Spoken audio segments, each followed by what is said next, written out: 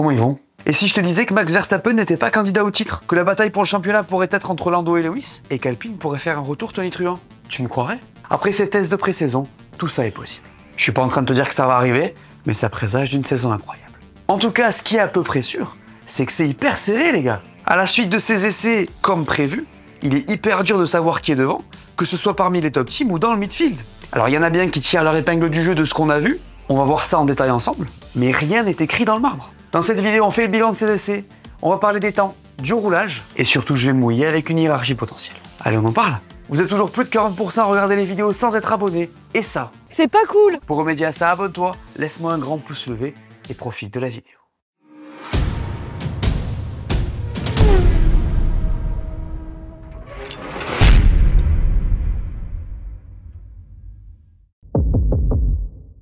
Jetons un œil au classement de ces 3 jours. Il y aura 2 types de classements ici, les temps et le roulage. D'abord, le chrono. Le meilleur temps est pour Carlos Sainz devant Hamilton et Leclerc, suivent Verstappen, Albon, Antonelli, Piastri, Gasly, Stroll. Ça c'est le top 10. Puis on a Lawson, Doohan, Norris, Tsunoda, Hadjar, Alonso, Ocon, Bortoleto, Hülkenberg et Verstappen. Maintenant, le roulage. C'est Mercedes qui est le plus roulé avec 2479 km. Ensuite, on a Haas, Wecarb, Alpine, Williams, Ferrari, McLaren, Sauber, Aston Martin et Red Bull. On décortique tout ça dans ma hiérarchie. Alors, ma hiérarchie préliminaire suite à ces tests. Des essais où la météo était hyper changeante, il y a eu du vent, de la pluie, ça a été vraiment compliqué et ça a probablement influencé ce qu'on a vu en piste. Du coup, c'est une hiérarchie qui est pas facile à faire. Je vous garantis pas que ça se passera comme ça, surtout que c'est hyper serré. Il y a une évidence assez forte en haut du classement, par contre c'est un peu chaud de vous donner un classement exact. Prenez ça comme une tendance et surtout donnez-moi vos avis en commentaire. On va commencer par la fin les gars, sinon c'est pas drôle. Parlons un peu de Sauber, on le fait rarement, je pense que ça vaut le coup. Place au classement 2024, 10, tour le plus rapide, 1:31,057, 354 tours complétés. Je vous rappelle que le line-up a changé puisqu'on a maintenant Gabriel Bortoleto et Nico Hülkenberg dans la voiture. Ils sont P10 dans ma hiérarchie. En vrai, les gars, ils sont pas à la ramasse, c'est pas terrible vraiment. Et bon, vu ce qu'on a observé chez les autres, je les mets dernier de cette grille. Cette voiture, elle a peu d'amélioration. On sent bien que l'énergie est concentrée sur 2026 et le projet Audi. En vrai, en observant la voiture rouler, il y avait moyen de se dire que c'était la plus compliquée à conduire du plateau. Alors, il y a une progression au fil des 3 jours. Ils disent avoir collecté beaucoup de données, mais l'impression, c'est quand même qu'on est loin d'avoir fait un grand bond pot. D'ailleurs, on s'y attendait, mais c'est vraiment pas une bonne nouvelle pour Bortoleto qui doit se montrer en tant que rookie. Je vous rappelle que cette voiture, si on suit la dynamique de la saison dernière, elle est loin de marquer des points. Le peloton, il est serré, mais chez eux, il va falloir être patient. Pour finir, je sais pas si vous vous rappelez, mais les mecs étaient éclatés sur les pit stops l'an dernier. Ils avaient beaucoup de problèmes. Et bien, ils ont peut-être trouvé la solution avec ça. Une jante qui reflète les LED du pistolet pour montrer aux mécanos que la roue est bien fixée. Les mecs mettent toutes leurs chances de leur côté, et je pense qu'ils ont raison. Bref, force à Sauber. Parlons maintenant de Racing Bulls, que je mets à la 9e place de ce classement. Du coup, place au championnat 2024, 8. Meilleur tour de ses essais, 1:30,497. Nombre de tours complétés, 454. Alors attention les gars, encore une fois, c'est très serré. Prenez ça avec des bouffles. En fait, c'est surtout la concurrence qui me fait les mettre à cette position. Honnêtement, de la P9 à la P5, les gars, c'est vraiment pas facile de vous dire qui est à quelle place. Donc j'ai fait un choix et je les ai mis. Parce qu'en soi, ça s'est bien passé. Avec 2457 km, ils ont bien roulé. Dans ce classement-là, ils sont P3. Les 3 jours ont été très productifs, il n'y a pas eu de couac. On a déroulé le programme. Les 2 pilotes ont été au top. Sur les longs relais, ça a fonctionné. On a réussi à identifier des endroits où on pouvait développer. C'est incroyable, mec. Sur le papier, oui. Parce qu'on a quand même remarqué que l'équilibre n'était pas complètement là. On a senti que la voiture n'était pas si facile à piloter que ça. Il y a de la marge de progression et ça pourrait être compliqué en début de saison. De son côté, Isaac a très bien roulé. Il a déroulé son programme. Il n'y a pas eu d'erreur particulière. Ça a été nickel. Son long run de jeudi le place seulement à 2/10 de l'Alpine de Doohan. C'est pas mal. Vous comprendrez plus tard dans la vidéo pourquoi j'utilise Alpine comme indicateur. Et il y a moyen que ça vous plaise. Bon, pour revenir à Racing Bull, ça s'est bien passé, mais clairement, il n'y a pas de quoi sauter au plafond. On est sur 3 jours d'essai normaux pour cette équipe qui est tout simplement habituée à jouer ces places-là. Donc voilà, je les mets P9, à voir ce qu'ils arrivent à faire entre maintenant et la première course en Australie. D'ailleurs, cette P9 ne les empêche pas d'avoir l'une des plus belles voitures sur cette grille. Vous me donnerez vos avis en commentaire. La première surprise de cette hiérarchie provisoire, les gars, c'est Aston Martin. Et c'est pas une bonne surprise. Alors surprise ou pas d'ailleurs, vous vous rappelez de leur dynamique fin 2024. Ils avaient commencé comme top 5 solide, puis se sont pas mal effondrés au fil de la saison. Chez eux, on se concentre sur 2026, c'est pas un secret, et là franchement ça s'est vu. Mais avant d'aller plus loin, regardons un peu leurs chiffres. Place au championnat 2024, 5. Meilleur tour de ses essais, 1:30,229. Nombre de tours complétés, 306. C'est la deuxième écurie avec le moins de tours complétés, ils n'ont pas fait de simulation de course, c'est vraiment pas évident à analyser. Alors sur le papier, le temps au tour est pas mal, hein. Dommage que ça serve pas à grand chose. Mais bon, je sais pas, j'ai vraiment l'impression que chez eux, on a fait une croix sur cette année. Alors en vrai, sur une dernière année de réglementation, tu peux te dire que c'est moins grave de peu rouler que sur la première ou la deuxième. Donc à tout moment, ils émergent en tête du midfield. C'est toujours possible en soi. Mais bon, la tendance, c'est quand même qu'ils ont l'air d'avoir complètement raté leur package. D'ailleurs, ce qui se dirait dans le paddock, c'est qu'ils auraient complètement sombré en termes de perf. L'équipe voulait sortir une voiture plus facile à conduire avec une plage de réglage plus large. Je vous avais dit dans la preview qu'elle avait changé 100% de ses pièces. Et bien si ça semble assez réussi à ce niveau-là, l'équipe aurait découvert pas mal de problèmes sous-jacents à ce nouveau bolide. Ce qui risque de poser pas mal de problèmes. Après les gars, on l'a dit, hein. Ils investissent en masse sur 2026, Adrian Newey arrive, il y a eu plus de 250 recrutements en 2024, il y a un nouveau motoriste qui arrive, ils veulent être devant. Je sais pas vous, mais moi je comprends. On est sur un gros souffre maintenant pour gagner demain, et à tout moment ça va marcher. Donc voilà, en fait pour moi, Aston va continuer sur sa lancée 2024, c'est-à-dire qu'elle marquera des points occasionnellement, mais qu'elle ne sera plus un leader du midfield.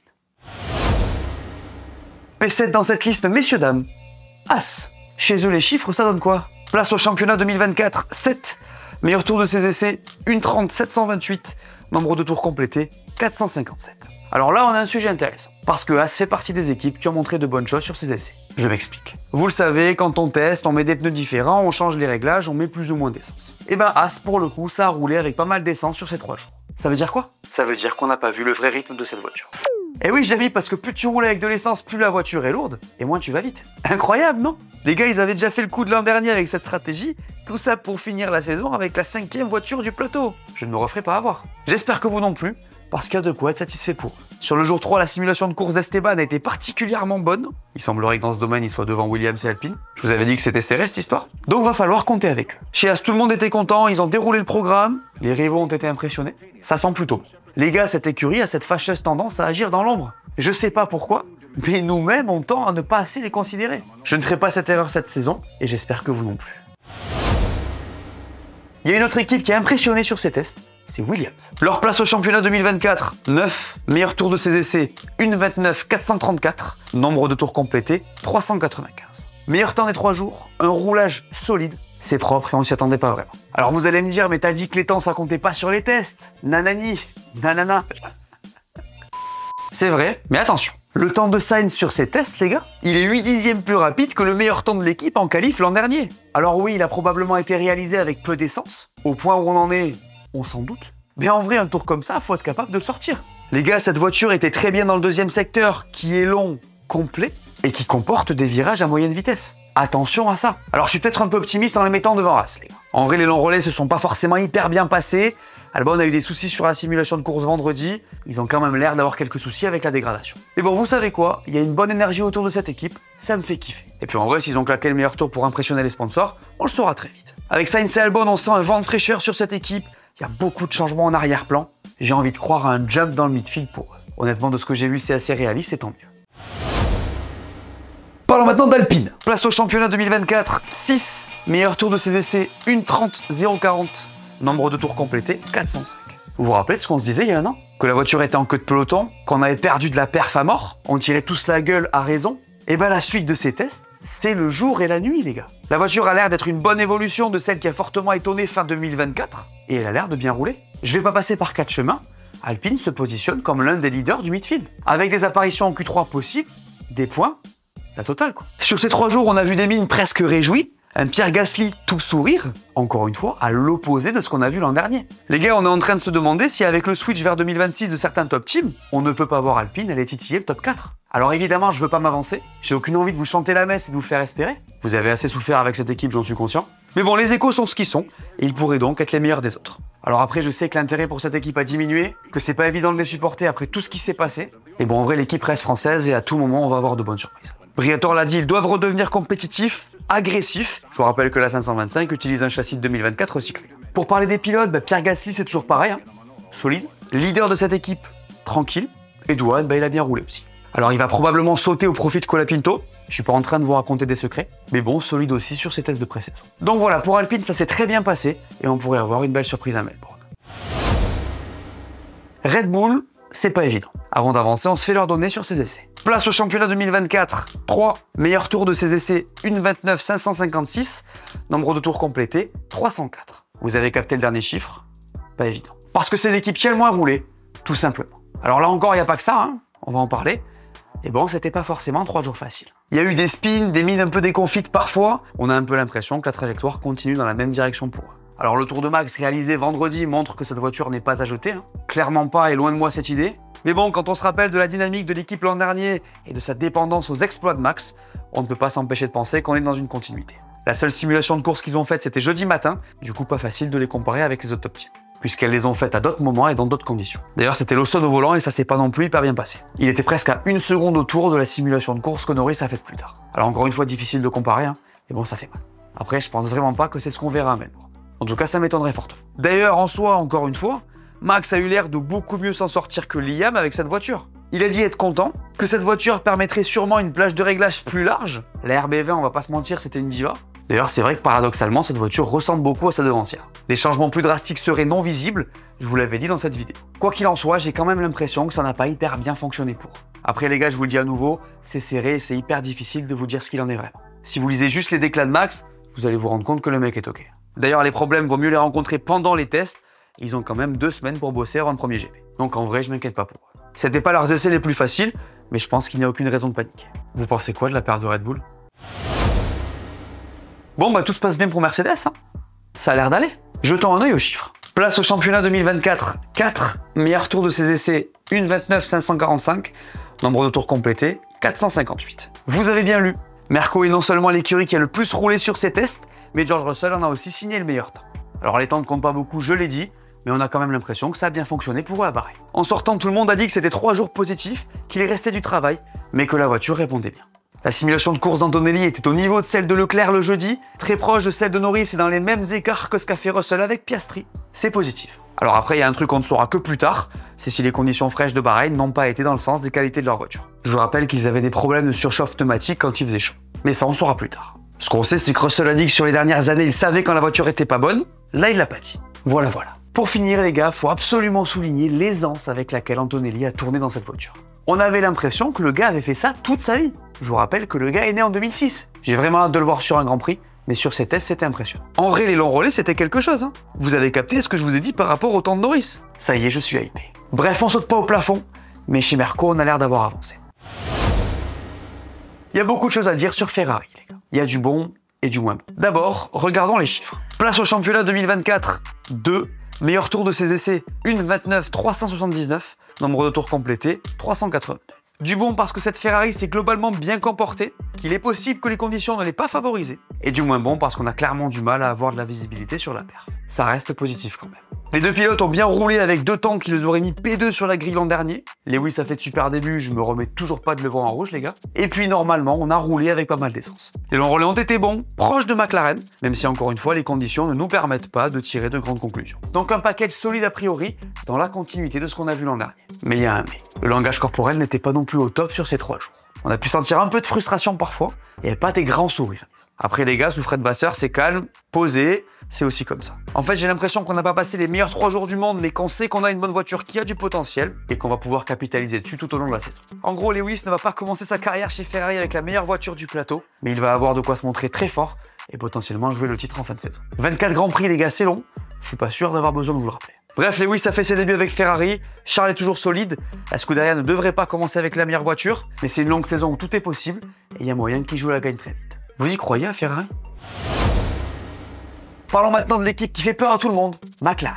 Quelques stats pour commencer. Place au championnat 2024, 1. Meilleur tour de ses essais, 1,29,940. Nombre de tours complétés, 381. Messieurs, dames, vous avez votre leader pour le début de saison. A priori. D'ailleurs, c'est assez fou parce que je vous dis ça, mais vos 2 potes orange, ils ont fait que les 8e et 13e temps. C'est vous dire à quel point ça veut rien dire. Non, en vrai, pour eux, c'est les longs relais qui font la différence. En fait, que ce soit jeudi avec Norris ou vendredi avec Piastri, la McLaren avait au moins 3 dixièmes d'avance au tour sur ses poursuivants. Ça vous semble pas beaucoup? Détrompez-vous. Parce qu'à Bahreïn, 3 dixièmes au tour, ça correspond à une victoire avec une avance de 17 secondes. Vous n'avez pas de problème d'audition. Alors bien sûr, il y a plein de choses qui font que ça ne devrait pas être aussi intense à Melbourne, mais bon, cette MCL39, elle était clairement au-dessus à Bahreïn. Et puis les gars, en regardant ces tests, on a aussi capté la confiance de cette équipe, qui n'a pas forcément beaucoup roulé et qui a tout fait pour qu'on ne voit pas trop la voiture. Cette image-là des mécanos qui cachent l'avant de la caisse, ça montre qu'ils ont la dalle. Et pour eux aussi, c'est le jour et la nuit. Les gars, McLaren a l'habitude de rater ses tests de pré-saison. Là, on n'est pas du tout dans ce cas de figure. Ça s'est bien passé à tous les niveaux, et tout le monde a dit qu'ils sont l'équipe à battre. Alors après, n'ayez pas peur. ça ne devrait pas être une domination comme il y a 2 ans. Rappelez-vous de l'an dernier, le développement, une upgrade, terminé. Donc ça peut changer très vite. D'ailleurs, ils ont encore déclenché un tollé à cause d'un nouveau mini DRS. Vous savez, ce truc qui a été banni après Bakou 2024, et ben Red Bull s'est plaint que eux et Ferrari en utilisaient. Je vous donne plus d'infos plus tard à ce sujet, mais ça repousse la limite et ça montre encore une fois qu'ils ont la dalle. Bref, on peut le dire, ils sont sur la dynamique de leur titre 2024. J'ai pas peur de le dire, ils sont favoris, mais évidemment ça pourrait changer très vite. En tout cas, ils m'ont impressionné sur ces tests de pré-saison. Vous n'avez pas y coupé cette saison les gars, et évidemment qu'on continue avec la question du jour cette année. On va faire un peu évoluer le format, et je suis sûr que ça va vous plaire. Alors évidemment, je vous pose une question comme toujours, que vous me répondez en commentaire. J'en sélectionne 2 que j'affiche au débrief suivant. Mais disons qu'en 2025, on va ajouter un truc un peu sympa. Je vais noter les noms d'utilisateurs des gens que j'affiche, et à la fin de l'année, je fais un tirage au sort dans ceux que j'ai affichés. Il y aura un gagnant à qui je fais gagner un cadeau énorme. Du coup, il y a 24 débriefs plus celui-là, ce qui fait un tirage à une chance sur 50 de gagner. Ça me fait vraiment kiffer de voir vos commentaires chaque semaine, j'ai envie de vous remercier tout simplement. Bref, vous avez capté, si vous commentez et que je sélectionne votre commentaire, vous avez une grande chance de gagner un sacré truc en fin de saison. Vous savez ce qu'il vous reste à faire. Passons donc à la question du jour les gars, et là je suis sûr que vous me voyez venir. Selon vous, qui sera devant Hamilton? Et si ça vous chauffe, faites-moi aussi votre hiérarchie. Je sélectionne 2 commentaires et on en parle au prochain débrief. La suite les gars, c'est dans 2 semaines pour le premier Grand Prix de la saison. On se donne rendez-vous en Australie pour ce qui se présente comme une ouverture incroyable. En attendant, les équipes vont bosser sur leur voiture à la suite des essais. On va charger tout ça dans les avions et ça sera parti. En attendant, sur la chaîne, il va y avoir du contenu comme d'hab, avec un épisode de podcast que vous allez kiffer et une petite surprise que je vous ai préparée juste avant le début de la saison. Je vous le répète, cette année, on se retrouvera aussi sur Twitch. Donc pour ceux qui suivent, abonnez-vous à la chaîne. Je vous mets le lien en description. Voilà, merci à tous de m'avoir écouté, j'espère que cette vidéo vous a plu, laissez-moi un pouce bleu, dites-moi en commentaire ce que vous avez pensé de ces tests. N'oubliez pas la question du jour et d'aller voir mes dernières vidéos que vous n'auriez pas vues. Dites-moi tout et on s'abonne. Allez, ciao!